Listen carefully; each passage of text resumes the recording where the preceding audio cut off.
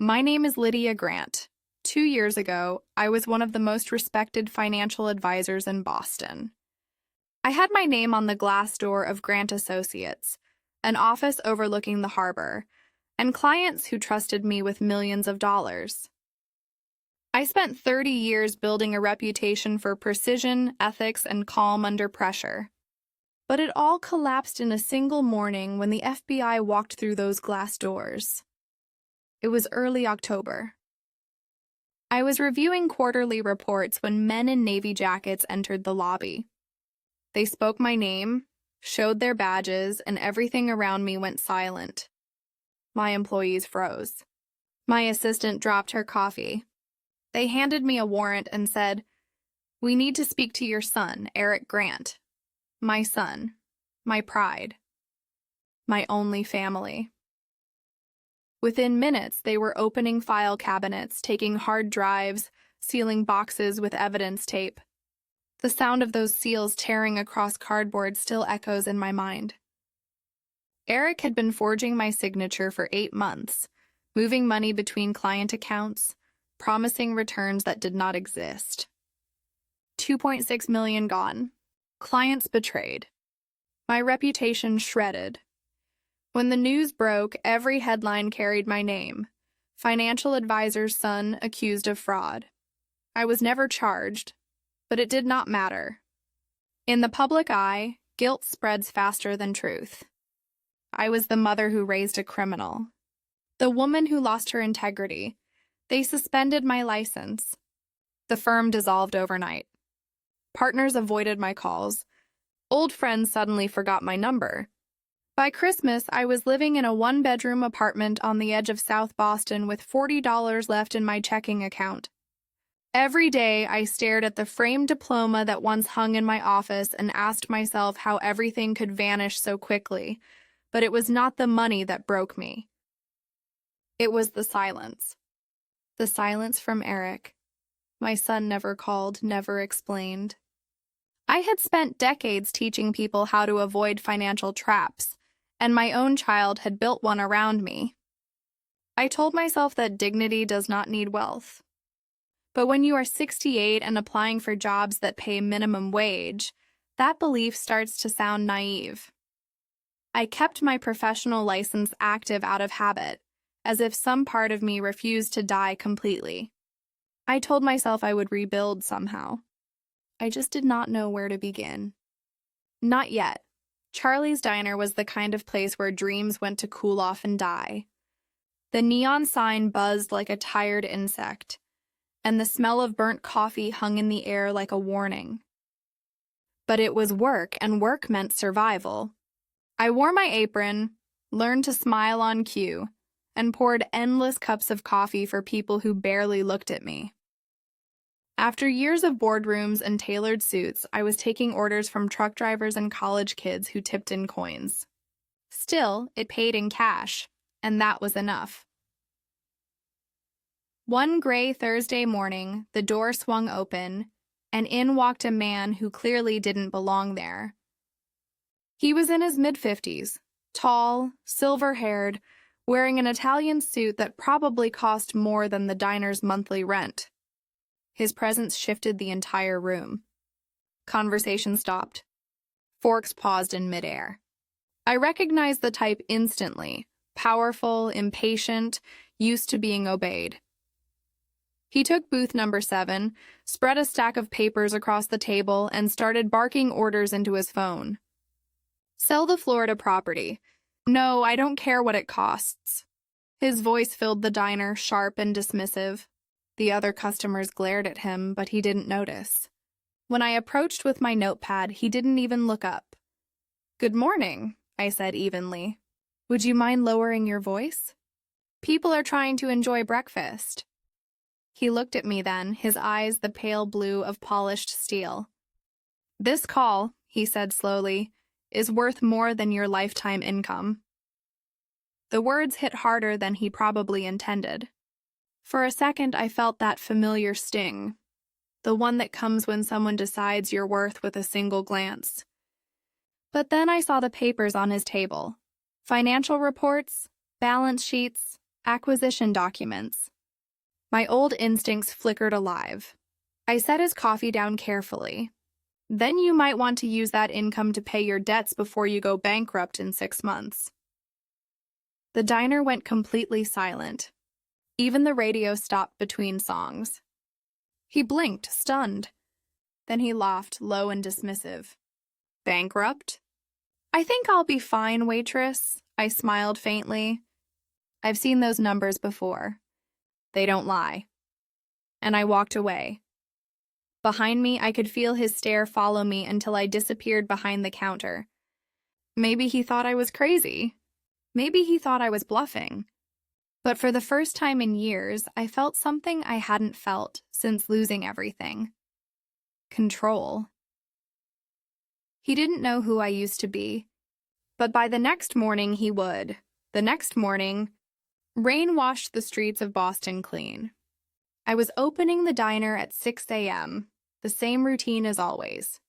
Turn on the lights, wipe the counter, start the coffee pot. The air still smelled of bleach and yesterday's bacon. That was when I heard it.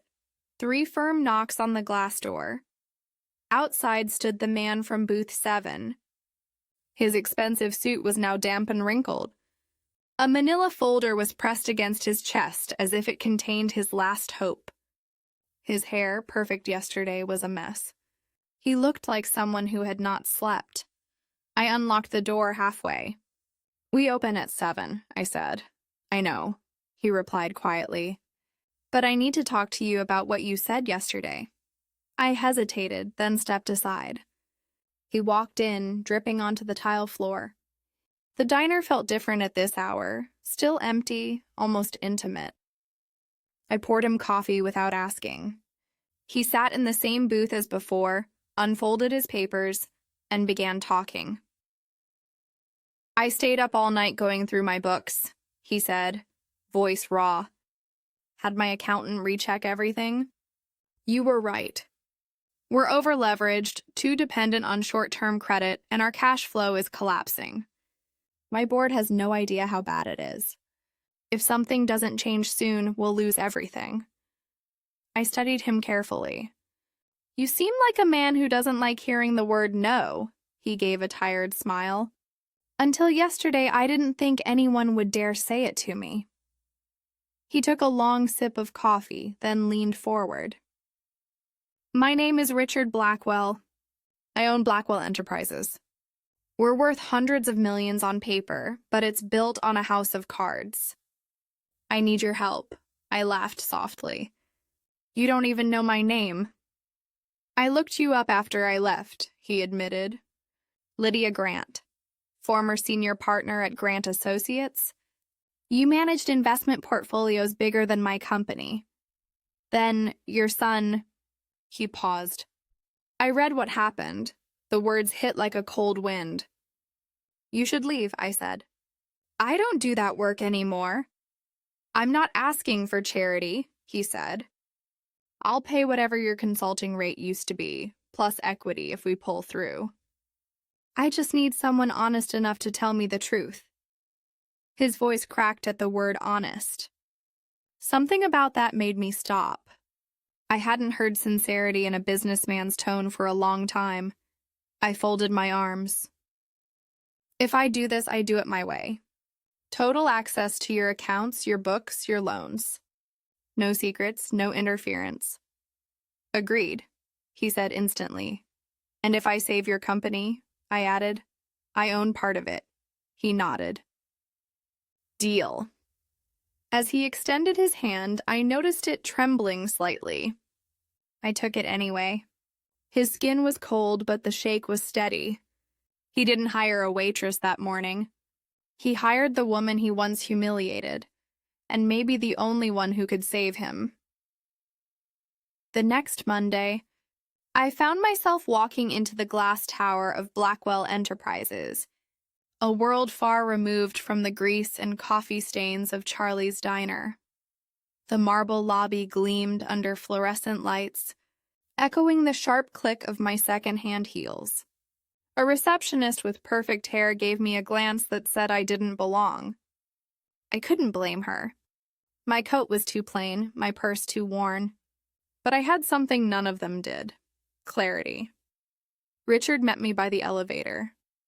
He looked better than the last time I'd seen him, still tired but steady. "Ready to dive in?" he asked.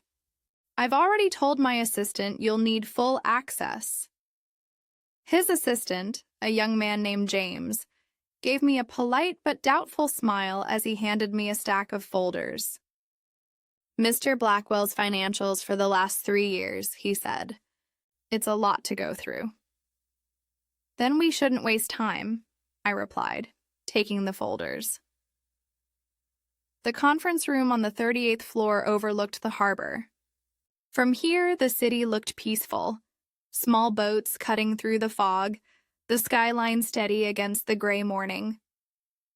I spread the documents across the table and got to work. Within an hour, the pattern began to emerge. The company was drowning in high-interest loans, holding properties in Florida that were losing value faster than they could be sold. But buried in the chaos were bright spots: investments in tech startups and renewable energy firms that quietly produced steady profits. The problem wasn't the company's potential. It was pride. Richard returned around noon with 2 coffees. "Well?" he asked cautiously. I pointed at a chart. "You've been chasing prestige projects, real estate, luxury acquisitions, flashy partnerships. They look good on headlines but bleed money.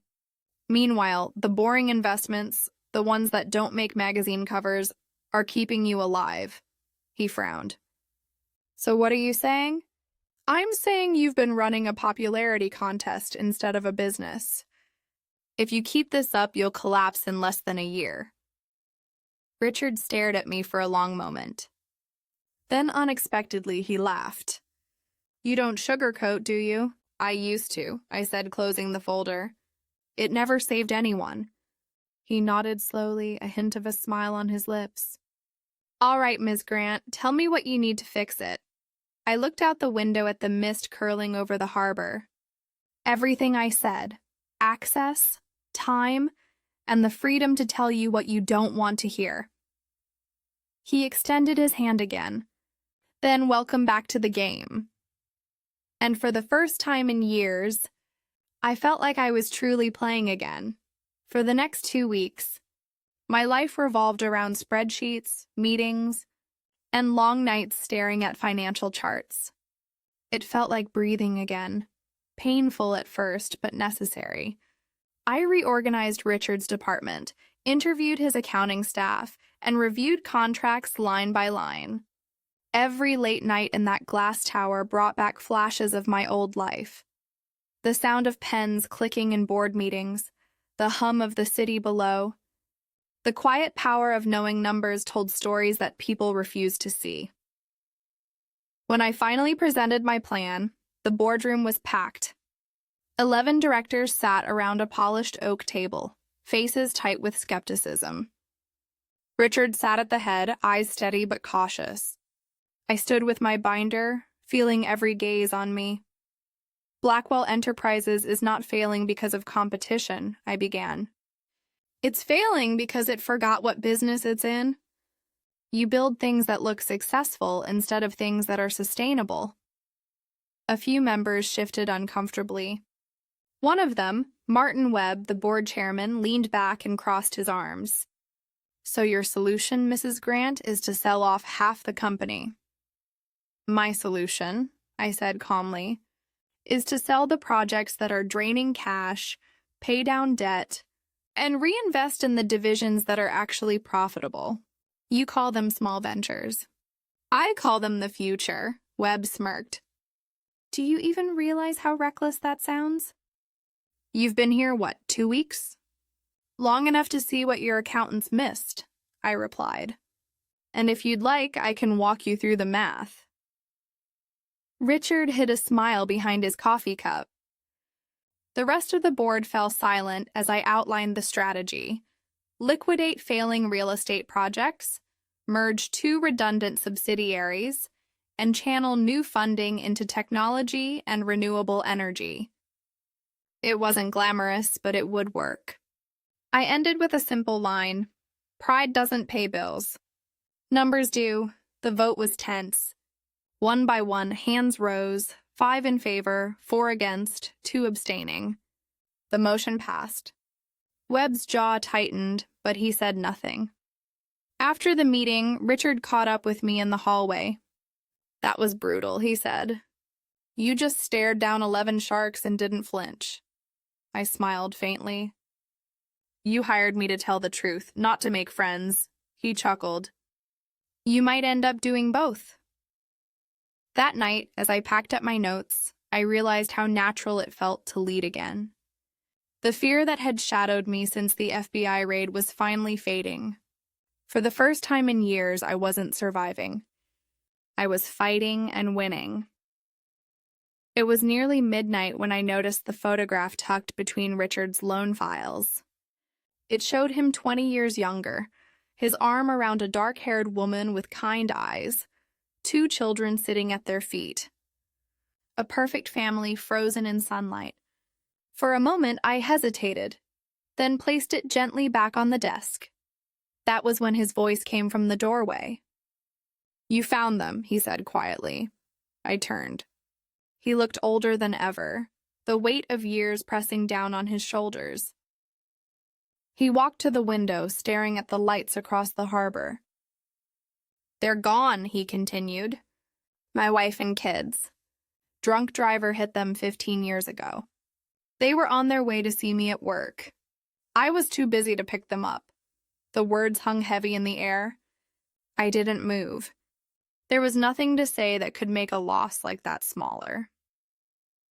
"I buried myself in work," he said. It was the only way to stay numb. Success was easier than grief. But lately, the noise stopped helping. I nodded slowly. Sometimes work feels like a life raft until you realize it's been circling the same ocean. He smiled faintly at that, eyes glistening. "You sound like someone who's lived it." "I have," I admitted. "My son, Eric? He's still out there somewhere. I don't know if I'll ever see him again. Every day I ask myself if I failed as a mother, or if he just got lost chasing something he thought was worth more than love." We stood there in silence. The city spread beneath us like a constellation of ghosts. For the first time, I saw Richard not as a client, but as a mirror, another person who had built his life on loss. He turned to me. "Maybe that's why you see what others can't. You've already lost everything that clouds judgment." "Maybe," I said softly. "Or maybe it's just easier to recognize cracks when you've already broken once." We sat for another hour, going over reports and quietly finishing cold coffee. The air between us felt lighter, less like a battlefield and more like shared understanding. When I finally stood to leave, he said, "You know, Lydia, you remind me what competence looks like when it's built on character." I paused at the door. "And you remind me that redemption isn't a theory," I said. "It's a decision." The next morning, we both returned to work with something new in our eyes. Not ambition, but purpose. The company was beginning to stabilize. Debt payments were on track. Profits were returning. And for the first time in years, Richard looked like a man who believed in tomorrow. But calm never lasts long in business or in life. It was a Tuesday morning when James, Richard's assistant, burst into the conference room, pale and breathless. "Mrs. Grant," he said, "there are FBI agents in the lobby asking for you." For a split second, I thought I had misheard him. The words dragged me back 2 years to flashing badges, evidence boxes, and my son's name shouted across the courtroom. "Are you sure?" I asked quietly. James nodded. "They said it's urgent." I stood up slowly, smoothed my jacket, and walked toward the elevators. My reflection in the mirrored doors looked calm, but my hands were trembling. Richard was already waiting in his office when I arrived. Two agents stood by the window, dark suits, unreadable faces. One of them stepped forward. "Mrs. Grant," he said, flashing his badge.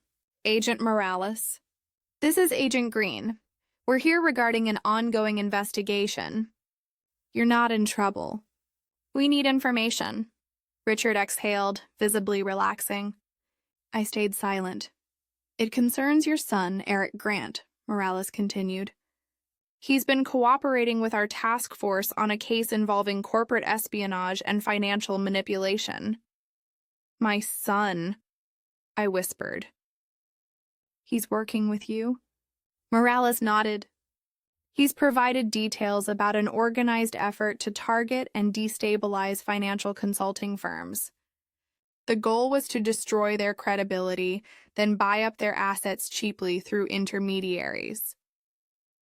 We have reason to believe your former company, Grant Associates, was one of those targets." My stomach turned cold. "You mean someone set us up?" "Yes," Green said. "According to your son, a board member from a large investment corporation approached him 3 years ago, convinced him to use insider access to move funds and trigger a scandal. The man promised protection and money." Richard's eyes darkened. "Do you know who this board member is?" Agent Morales opened a folder and placed a photograph on the desk. A familiar face stared up at us, cold, smug, unmistakable. "Martin Webb," he said. "Chairman of your board, Mr. Blackwell." The room went still. Richard's jaw clenched. "That snake's been undermining me for months?" Morales nodded. "We've been building a case, but we need proof. Tomorrow's emergency board meeting. Webb called it himself. If we can get him talking, we can take him down." He looked at me. "We'd like you to attend. We'll wire you with a transmitter. If he mentions the setup or your son, that's all we need." I took a slow breath. The irony wasn't lost on me. 2 years ago, the FBI destroyed my life. Now they were asking me to help restore it. "All right," I said. "Let's finish what he started." The next day, I pressed my hand against my chest, feeling the small wire beneath my blouse, and walked into the lion's den. The boardroom was full when I arrived. The air smelled of expensive cologne and tension. 11 men and women sat around the polished table, whispering among themselves. At the head sat Martin Webb, perfectly composed, wearing a tailored navy suit and the self-satisfied smile of a man who thought the world was still his. Richard entered moments later, expression unreadable. He nodded to me before taking his seat. Webb stood. "Ladies and gentlemen," he began smoothly, "we're here to address the ongoing instability at Blackwell Enterprises. Despite recent, unconventional consulting choices," his eyes flicked toward me, "the company's direction remains questionable. It's time we consider new leadership." The words were bait. I could feel the transmitter under my blouse, warm against my skin. Agent Morales' voice echoed faintly in my earpiece. "Keep him talking."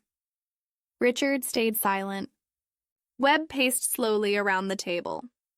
"Mr. Blackwell has made reckless decisions, sold assets without proper oversight, and allowed unqualified outsiders into our financial core." I rose from my chair. "You mean me?" He turned, pretending surprise. "I don't recall giving you the floor, Mrs. Grant." "Then I'll take it," I said. "You're right about one thing. This company was in chaos, but it wasn't because of Richard's leadership.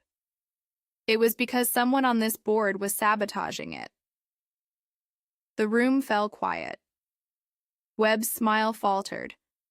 I stepped forward, meeting his gaze. 3 years ago, you orchestrated the downfall of my firm. You manipulated my son, Eric, convinced him to commit fraud so you could buy up what was left of Grant Associates at a discount. You used the same tactics here. Create chaos, destroy trust, and take control. Webb's jaw tightened. "That's absurd." Agent Morales' voice whispered in my ear. He's panicking. Keep going. Absurd, I said. You met with my son at the Hyatt Hotel on Tremont Street, October 12th. You gave him the documents yourself. The FBI has the records. His face drained of color. You don't know what you're talking about. Richard stood, voice calm but cold. I think she does. The doors opened then, and a team of agents entered the room. Martin Webb, Agent Morales announced, you're under arrest for conspiracy to commit wire fraud, corporate espionage, and racketeering. Webb's eyes darted toward me, filled with fury and disbelief as they pulled his hands behind his back. You set me up, he hissed. No, I said quietly. You set yourself up. I just made sure the truth was heard.